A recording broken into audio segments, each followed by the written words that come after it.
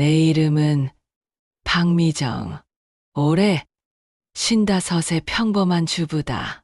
남편 정수와 결혼한 지 어느덧 30년이 흘렀다. 크게 부유하지는 않지만 늘 성실하게 살아왔다고 믿었다. 정수는 중소기업에서 격리과장으로 일하고 나는 파트타임으로 마트에서 계산원을 했다. 아이들은 이미 다 성인이 되어 각자의 길을 걷고 있다. 우리 부부는 특별할 것 없는 평범한 일상을 보냈다. 아침에는 정수가 출근하기 전 간단한 아침 식사를 함께 하고 저녁에는 하루 있었던 일들을 주고받으며 TV를 보는 게 전부였다. 가끔 주말에는 동네 산책을 하거나 마트에서 장을 보며 소소한 행복을 나누었다. 하지만 최근 들어 집안 형편이 조금씩 어려워지고 있었다. 전셋집 대출 이자가 오르고 생활비도 점점 더 많이 들었다. 그래도 정수는 늘 괜찮다.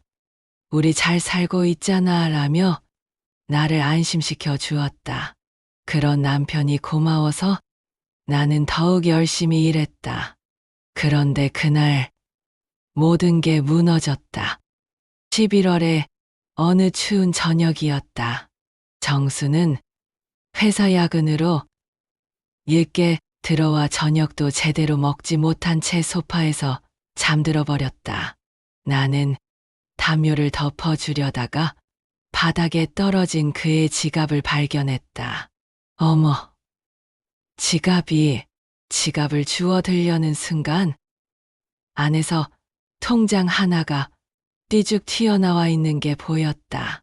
평소에 본 적 없는 통장이었다. 우리가 주로 쓰는 농협이나 신한은행이 아닌 생소한 은행 로고가 적혀 있었다. 이상하네? 언제 이 은행에 통장을 만들었지? 호기심이 발동했다. 혹시 정수가 마 몰래 무슨 적금이라도 넣고 있는 건 아닐까? 아니면 내 생일 선물을 사려고 돈을 모으고 있는 걸까? 순간 설레는 마음으로 통장을 펼쳐보았다. 그런데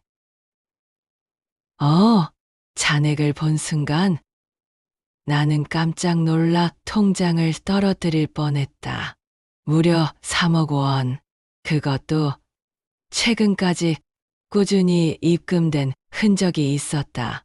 매달 200만 원씩, 때로는 500만 원씩 입금되어 있었다. 이게 뭐지? 꿈을 꾸고 있는 건가?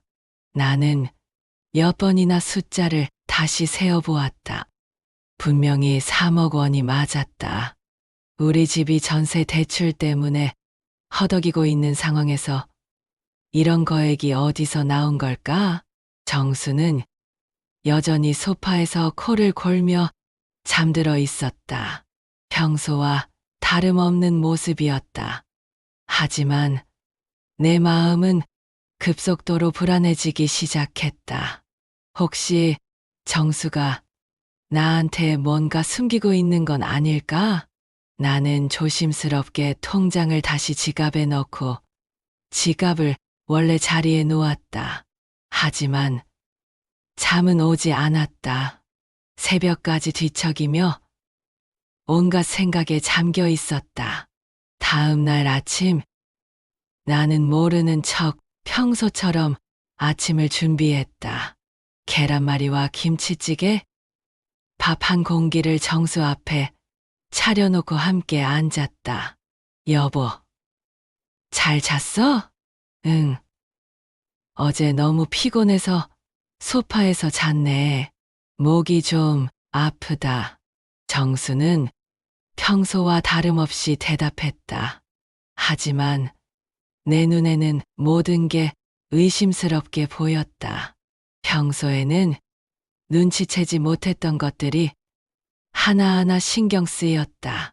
언제부터 이렇게 비싼 시계를 찼지? 저 구두도 새로 산 것 같은데. 여보, 요즘 회사 일이 많이 바빠? 그냥 평소와 비슷해. 왜? 아니야. 그냥 조금 피곤해 보여서. 정수는 별 대답 없이 밥을 먹었다. 나는 더 이상 묻지 못했다. 어떻게 당신 지갑에서 3억 원짜리 통장을 봤다고 말할 수 있겠는가? 정수가 출근하고 나서 나는 혼자 집에 남겨졌다. 마트에 나가야 하는 시간이었지만 발길이 떨어지지 않았다. 머릿속은 온갖 상상으로 뒤엉켰다. 혹시 불륜? 아니면 사기를 당한 건가? 아니면 정수가 뭔가 나쁜 일에 연루된 건 아닐까? TV에서 보던 드라마의 장면들이 떠올랐다. 남편이 바람을 피우거나 사기를 치거나 심지어는 범죄에 연루되는 그런 끔찍한 일들이 혹시 우리 집에도 일어나고 있는 건 아닐까? 오후가 되어서야 겨우 마트로 나갔다. 하지만 일에 집중할 수 없었다. 계산을 하면서도 자꾸 실수를 했고 손님들에게 사과해야 하는 일이 몇 번 있었다. 미정 씨, 오늘 괜찮아요? 좀 이상해 보이는데 동료의 걱정 어린 목소리에 겨우 정신을 차렸다. 하지만 이 상황을 누구에게 말할 수도 없었다. 아직 확실한 것도 없는데 괜히 소문만 낼 뿐이었다. 며칠이 지났지만 나는 여전히 불안했다. 정수는 평소와 다름없이 생활하고 있었지만 내 눈에는 모든 것이 연기처럼 보였다. 나는 결국 직접 확인해 보기로 했다. 정수가 출근한 후 나는 몰래 그 은행을 찾아갔다. 처음 가보는 은행이라 길을 찾는 것부터 쉽지 않았다. 안녕하세요. 이 통장에 대해 좀 확인하고 싶은데요. 나는 창구 직원에게 통장 사본을 보여주었다. 직원은 잠시 통장을 살펴보더니 고개를 저었다. 죄송합니다만 본인 아니시면 통장 내역을 확인해 드릴 수 없습니다. 그런데 이게 제 남편 통장인데요. 그래도 본인 동의서나 위임장이 없으면 불가능합니다. 개인정보보호법 때문이에요. 결국 아무것도 알아낼 수 없었다. 하지만 내 집착은 멈추지 않았다. 집에 돌아와서는 정수의 방을 샅샅이 뒤지기 시작했다. 책상 서랍, 옷장 안, 심지어 침대 밑까지. 평소라면 절대 하지 않았을 일이었다. 하지만 나는 마치 강박에 사로잡힌 것처럼 집안 곳곳을 뒤졌다. 그리고 결국 이게 뭐야? 옷장 깊숙한 곳에서 또 다른 통장 2개를 발견했다. 하나는 2억 원, 다른 하나는 2억 원, 총 7억 원이었다. 더군다나 이 통장들은 최근 몇 년간 꾸준히 사용된 흔적이 있었다. 나는 주저앉았다. 심장이 쿵 내려앉는 것 같았다. 도대체 정수가 어떻게 이런 거액을 모을 수 있었을까? 우리 집 수입으로는 절대 불가능한 금액이었다. 정말 무슨 일이 일어나고 있는 거지? 며칠 후 정수가 회식으로 늦는다고 연락이 왔다. 나는 그 기회를 놓치지 않았다. 평소라면 절대 하지 않았을 일이지만 정수의 휴대폰을 몰래 확인해 보기로 했다.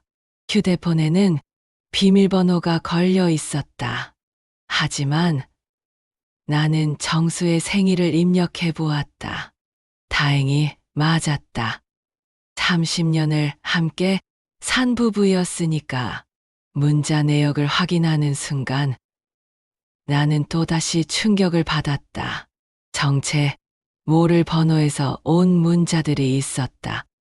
오빠, 이번 달도 감사해요. 지우가 학원비 때문에 걱정했는데 내일 병원비 입금해 주시면 될까요?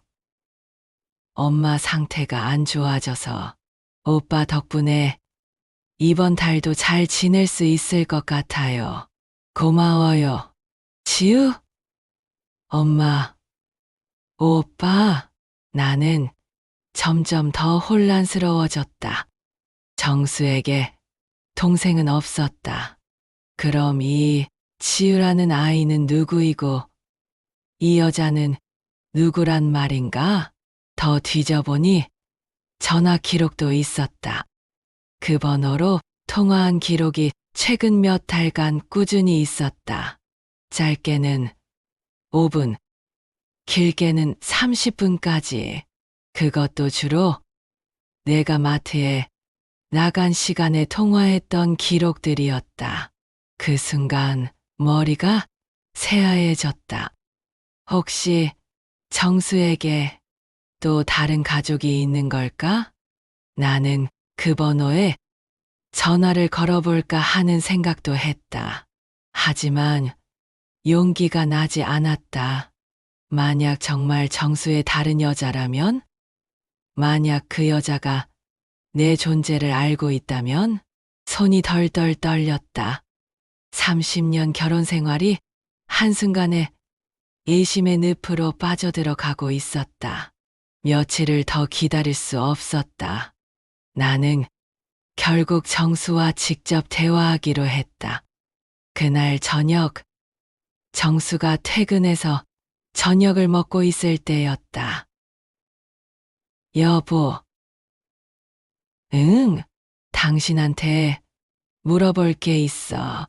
정수는 젓가락을 멈추고 나를 바라보았다. 뭔가 심각한 분위기를 느꼈는지 표정이 굳어졌다. 뭔데? 나는 가지고 온 통장들을 식탁 위에 올려놓았다. 정수의 얼굴이 순간 하얗게 변했다. 이 통장들 다 뭐야?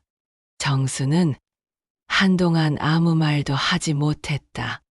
입만 벌린 채 통장들을 바라보고 있었다. 미정아, 7억 원이야. 7억 원? 우리가 대출 이자 때문에 허덕이고 있는데 당신은 7억 원을 숨겨놓고 있었던 거야? 그게 아니야. 그럼 뭐야? 이 돈 어디서 난 거야? 혹시 당신 다른 여자 있는 거야? 정수는 고개를 푹 숙였다.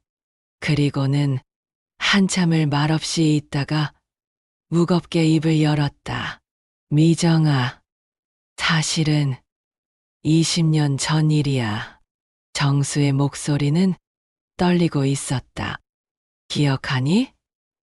내가 회사 일로 출장을 자주 다니던 시절. 그때 교통사고가 났었잖아. 나는 기억했다. 정수가 큰 교통사고를 당해서 한 달 넘게 병원에 입원했었다. 그때 나는 매일 병원을 오가며 간병을 했었다. 그 사고에서 다른 차에 타고 있던 사람이 있었어. 젊은 여자였는데 정수는 말을 이어가기 힘들어했다. 처음에는 그 여자가 죽었다고 했어. 내 차가 신호 위반을 해서 일어난 사고였거든. 나는 죄책감에 미쳐버릴 것 같았어. 나는 숨을 죽이고 정수의 말을 들었다. 그런데 몇 년 후에 그 여자가 살아있다는 걸 알게 됐어.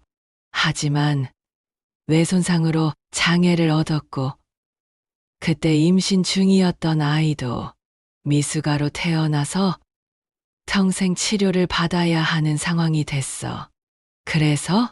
그래서 내가 책임을 져야 한다고 생각했어. 보험으로는 턱없이 부족했고 그 여자는 가족도 없었어. 나밖에는 도와줄 사람이 없었던 거야. 정수는 눈물을 흘리기 시작했다. 미정아, 나는 너한테 말할 수가 없었어. 당시에 너도 둘째 임신 중이었고 우리도 경제적으로 힘든 상황이었잖아. 그래서 20년 동안 나 몰래 돈을 보낸 거야? 매달 생활비를 보내고 아이 치료비도 되고 내가 할 수 있는 일이 그것밖에 없었어. 나는 정수를 바라보았다. 눈물로 범벅이 된 남편의 얼굴에서 거짓은 느껴지지 않았다. 하지만 동시에 배신감도 밀려왔다.